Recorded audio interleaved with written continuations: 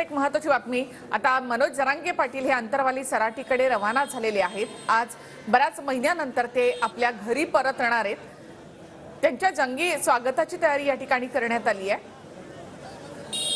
स्वतः बाईक रॅलीना ते आपल्या अंतरवाली सराटीकडे आता रवाना होत आहेत। आपण ही थेट दृश्य पाहतोय। मराठा आरक्षणासंदर्भात कुणबी प्रमाणपत्राची मागणी मान्य झाल्यानंतर आता जरांगे पाटील आपल्या घरी जात आहेत।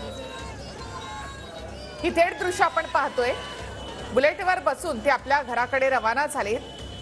बाईक रॅली यासाठी काढण्यात आली आहे आणि जरांगे पाटील आता आपल्या घरी जाते। मराठा आरक्षणाच्या पहिल्या उपोषणापासून जरांगे पाटील आपल्या घरी गेले नव्हते। जोपर्यंत मागणी पूर्ण होत नाही तोपर्यंत आपण घरी जाणार नाही असं त्यांनी म्हटलं होतं। आज ही मागणी पूर्ण झाल्यानंतर जरांगे पाटील आपल्या अंतरवाली सराटीकडे निघालेले आहेत। अंतरवाली सराटी गावामध्ये त्यांचं जंगी स्वागत केलं जाणार आहे। त्यांच्या घरच्यांकडून देखील त्यांचं स्वागत केलं जाईल।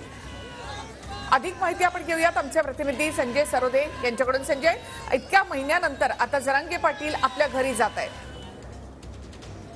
नक्कीच आपण बघू शकतो या ठिकाणी जरांगे पाटील तब्बल 5 महिन्यानंतर त्यांच्या स्वतःच्या घरी म्हणजे अंकुश नगर येथील मोठे वस्ती त्यांचं घर आहे आणि त्या ठिकाणी जात आहेत। या 5 महिन्यामध्ये मराठा समाजाला आरक्षण मिळावे त्याकरता जरांगे पाटील यांनी अंतरवाली सराटीमध्ये 5 महिने आंदोलन केले। 5 महिन्याच्या दरम्यान तब्बल 36 दिवस जरांगे पाटील